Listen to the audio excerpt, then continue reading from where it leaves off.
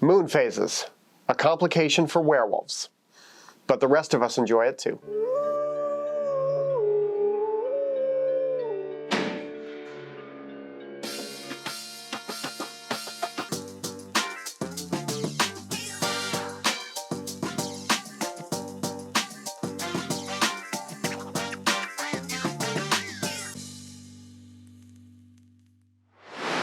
Hey everyone, Justin here from EWC alongside Rob, and today we thought we'd talk about some of our favorite moonphase watches that we have here in the shop currently.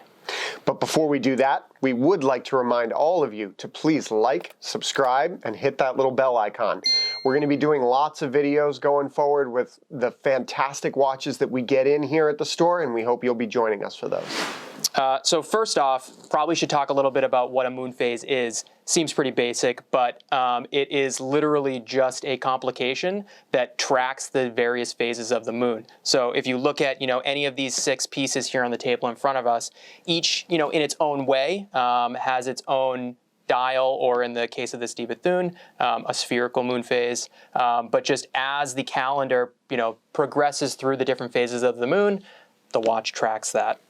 So we're talking about moving from the full moon to the new moon when the moon is not visible in the sky. We do actually get customers who sometimes think that it might be a day-night indicator. Mm-hmm. And on most moon phases, you don't see that. Longa's integrated that in a very cool way. Yes. But most of these other ones will always be showing the moon and the stars, and they're showing you how that moon, changes throughout the month from the full moon to the new moon.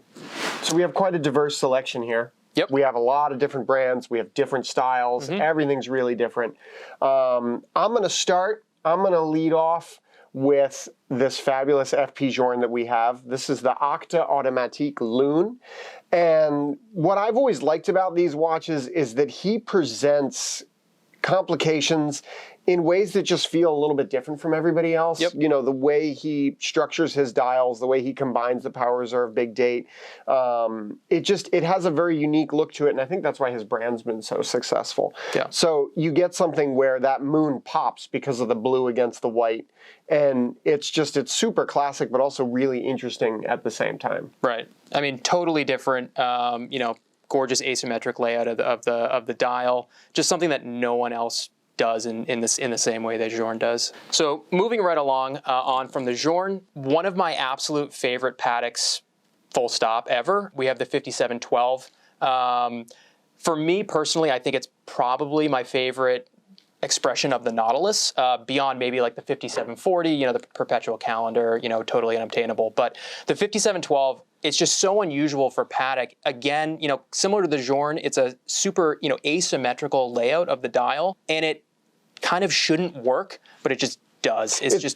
Yeah, go ahead. It's interesting that we put these two next to each other, too, which we did not do on purpose, but then we have these two where the logo is offset, which always makes it feel like a little quirky and different. And, with this dial layout, which a lot of people feel is kind of like, I find it polarizing. Like, you find customers who think it's very cool, honestly, and customers who are like, it's so weird, it feels unbalanced. But to me, where most of the things are like this, where you have that kind of very Swiss symmetrical balance, I think these guys stand out with that layout. And I also caliber 240. Yeah. Right? I mean, it's like Patek's best movement. And also just that case is super wearable. The bracelet is perfect. So yeah, honestly, probably one of my favorite modern Pateks. Yeah, without a doubt.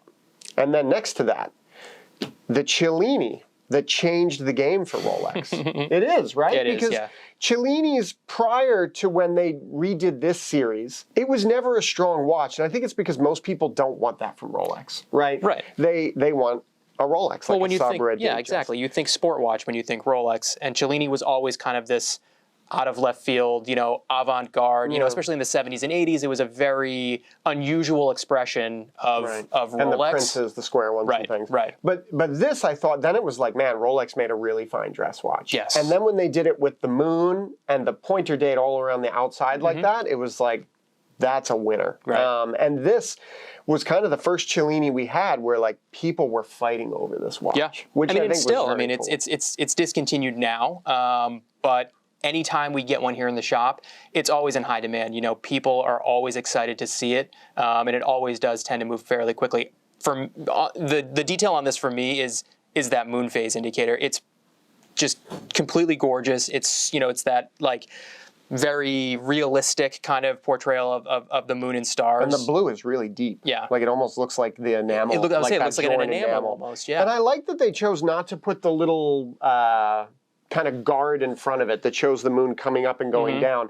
They just have it as this open, you see the whole moon phase disk and you see the empty and the full as it moves around. And I think that's, an interesting way of doing it versus all these others which follow the old, well, not that one. No, but the other ones that follow the tried and true. Yeah, great piece though. Next up, obviously a lot more than a moon phase, but this is the Vacheron Constantin Overseas Perpetual Calendar. This is the skeleton version in rose gold, which is just like greatness stacked on top of greatness, stacked on top of greatness, but just absolutely stunning piece. This one, like Robert said, has more of the traditional moon phase display where you only see, the top section of the moon phase disc and watch the phases progress through. But it's interesting, on a watch like this, Perpetual Calendar Skeleton that is incredibly busy to look at, the moon phase is almost the one thing that really does stand out and is it really pops. I actually wanted to ask you, do you think that this watch, in terms of like talking about just the moon phase, it's almost too much going on? Like the moon phase kind of gets lost. Really? In this watch. I mean, between having all the exposed bits from the skeleton and having, obviously all the information from the perpetual and then having the moon phase on top of that. Yeah. To me, it ends up being a little bit lost.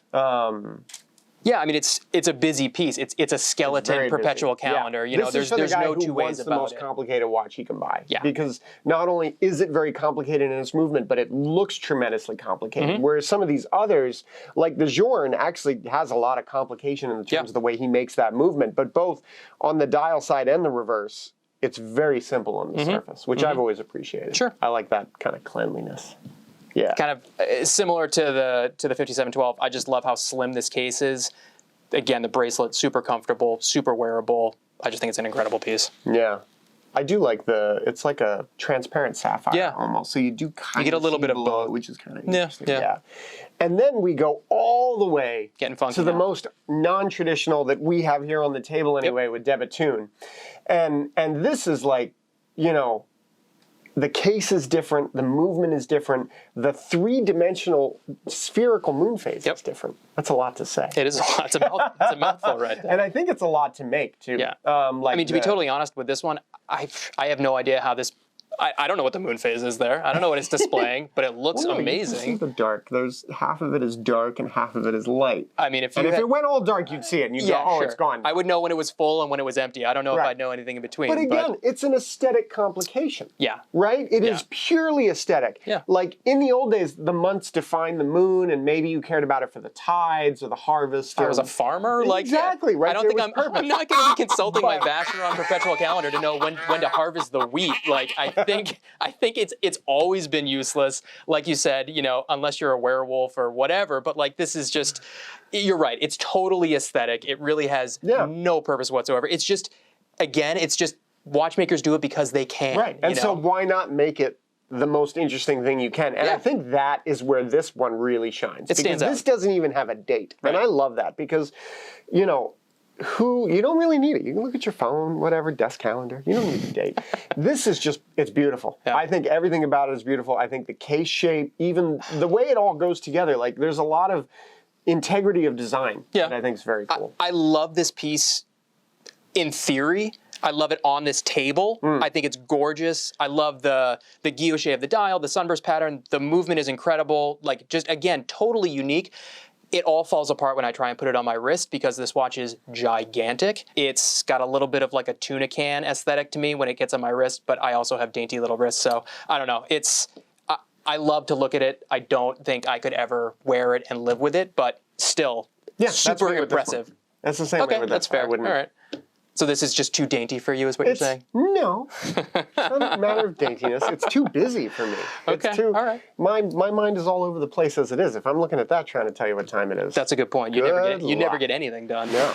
And then finally, bringing it home, we have super classic piece with a little bit of a twist. Omega Speedmaster in white gold with the moon phase up at 12 o'clock. We couldn't have a moon phase discussion without a moon watch. the moon watch. Right. Exactly. Right. Yeah.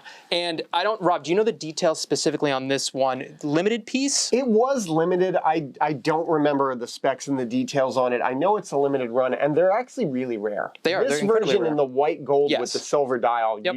you don't see it, and it's again one of those polarizing things where some people think these speedy moons are very cool, Mm-hmm. and then you have other people, the purists, who are like, a Speedmaster is only a plastic crystal manual line Speedmaster. Whatever. I'm biased. I had a steel Speedy Moon, loved it. I traded it. I still miss it. This is better though, honestly. White gold, the silver dial.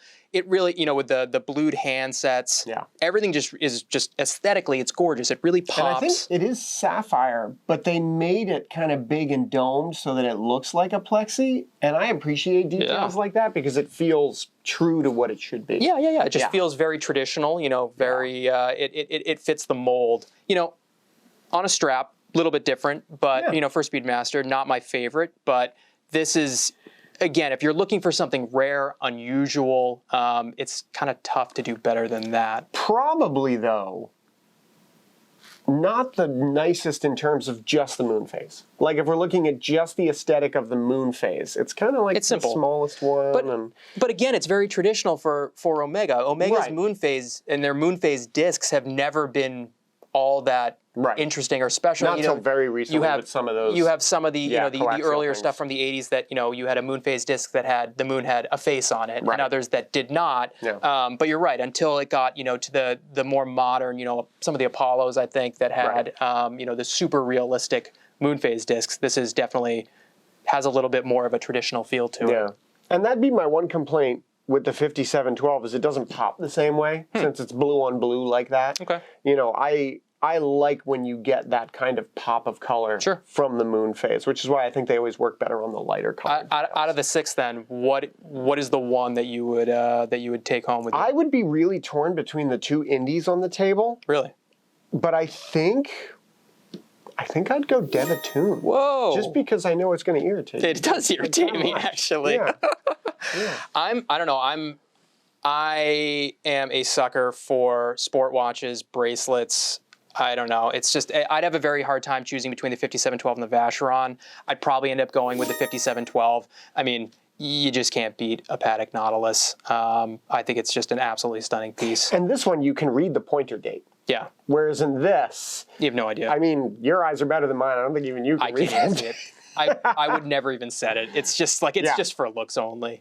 But that's the truth of it, right? Mechanical watches are about the romance. Yeah, of course. And to me, the functionality of it is great. The fact that it's practical is great. Yep. But at the end of the day, it's the romance of a mechanical watch and of that complication and of something that maybe today is a little esoteric. but Completely. Yeah. I don't care. No, me neither. No.